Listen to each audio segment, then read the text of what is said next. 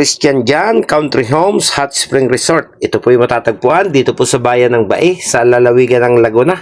At ito po yung aking ipinangako sa inyo na iikot ko po kayo doon po sa loob ng mismong resort, mga kabiyahero. So bilang isang biyaherong vlogger po ay gusto ko pong ibahagi sa inyo yung mga lugar po na aking pong napupuntahan tulad ng isang ito.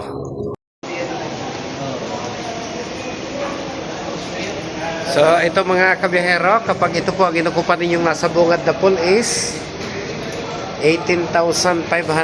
May dalawang room kasama yung mga dining area nila dito sa taas. So, ayan. Ayan. So bali itong compound po na ito mga kabiyahero ay mayroon tatlong swimming pool. So may kanya-kanya po silang rate. Yung nandun sa loob kanina 15,500 at yung kabila is 13,500. So may mga room included na po yan, tatlong rooms na fully air condition. Puro split type yan. So yan, puro naka-split type po yung kanilang mga air conditioning unit. Yan, itinotor tayo ni attorney. Siya po yung nag-develop nitong resort na ito. At nagkataon yung kumpanya na dala namin ay kliyente niya. Ayan.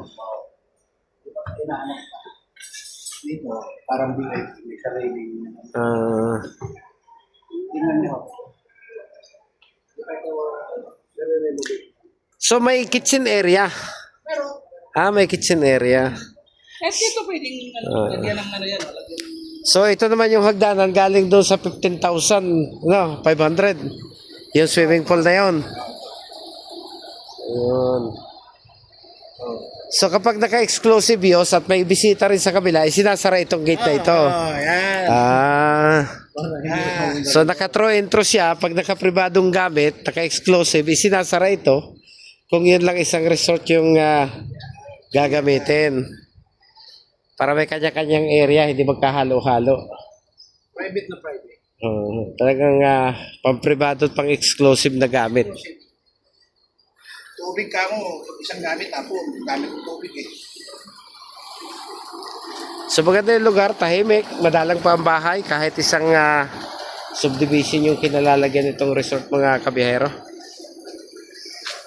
So nasa pagitan siya ng bundok ng Makiling after UP. At yung isa na yon, anong bundok po yun? San Cristobal na ba yan? Hindi pa? Hindi ko alam yan, pero ito, Mount Makiling ito. Mount Makiling itong isa. Tagiliran lang siya ng UP Los Baños mga kabiyahero. Dito tayo bababa, pakita ko yung kwarto. Yan ang Mount Makiling. Siya. Yan ang Mount Makiling. Okay, baba po tayo doon sa isang swimming pool. So lahat may kitchen area. Meron kanya-kanya. Ito. Ang tawag ko doon may itong medium. Ito yung medium. So galing po tayo doon sa large, doon tayo umakyat. Ito naman po yung sa medium swimming pool nila. Bali may tatlong kwarto siya ito. Ayan o. Yan. May overlooking terrace din dito para nakikita nyo yung inyong mga sasakyang nakaparada sa labas. Yan. At ito naman po yung kanyang swimming pool. Ito yung 15,500 kapag hindi peak season. Pag hindi peak season. Yan. So, ito naman yung kanyang individual ang comfort rooms? May kanya-kanyang comfort rooms. So, ito ang kanilang mga kwarto. Private na private. Kanya-kanyang comfort room. Yan, kanya-kanyang comfort rooms. Yan, may kumamit na dito na. Wala kasi yung talaga kasi sa mga yan. Okay, ito yung isa. Yan. So ito yung kasama doon sa 15,500 po. Kapag gusto nyo ng privado yung inyong paglalangoyan, ayan, kayo lang ang gagamit ng swimming pool na yan sa baba. Ayan. Yan. Naka-air condition siya lahat. Pag siksikan, hindi pwede. Kami sa rin Kanya-kanya ng CR.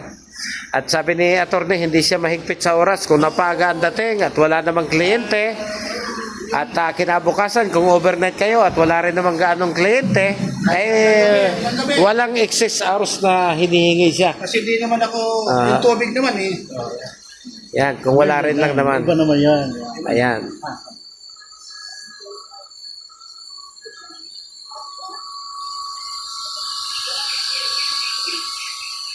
Yun ang minindra ko man ito. Yan. So ayan, may kanya-kanyang entrada po siya. Kung nakakotse kayo, yan naman yung entrance na gagamitin. Tapos ito, kanya pa rin to, may swimming pool pa rin ito. Ito yung pinakamaliit. Ito yung 13,500. May swimming pool din po sa silong. So itong gazebo na ito, kasama doon sa 15,500, sa medium ano. Yung gazebo na yan.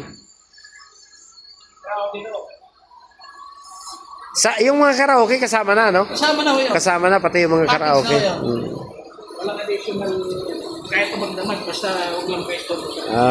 Okay. So ayan, puro hot spring water po sila. At everyday palit ho ng tubig.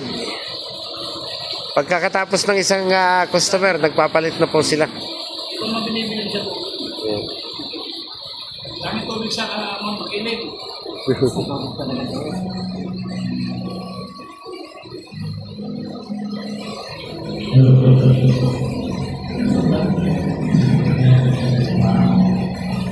Kung kayo naman po yung nasa Bicol, si attorney may sarili din palang resort. Christian yan, Ecotourism and Resort. Malaki yun. Mas malaki. Kaya pag ang biyahe nyo, Bicol. Mas internet to yun.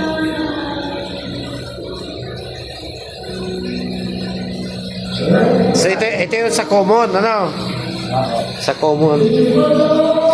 Ayan, so lalabas na po tayo. Ito naman yung dining area para dito. Ayan. Lutuan yan. Karaoke. Yan.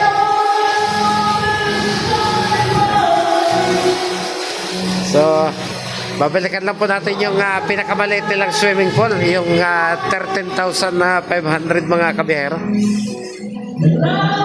May ihawan pa sila rito.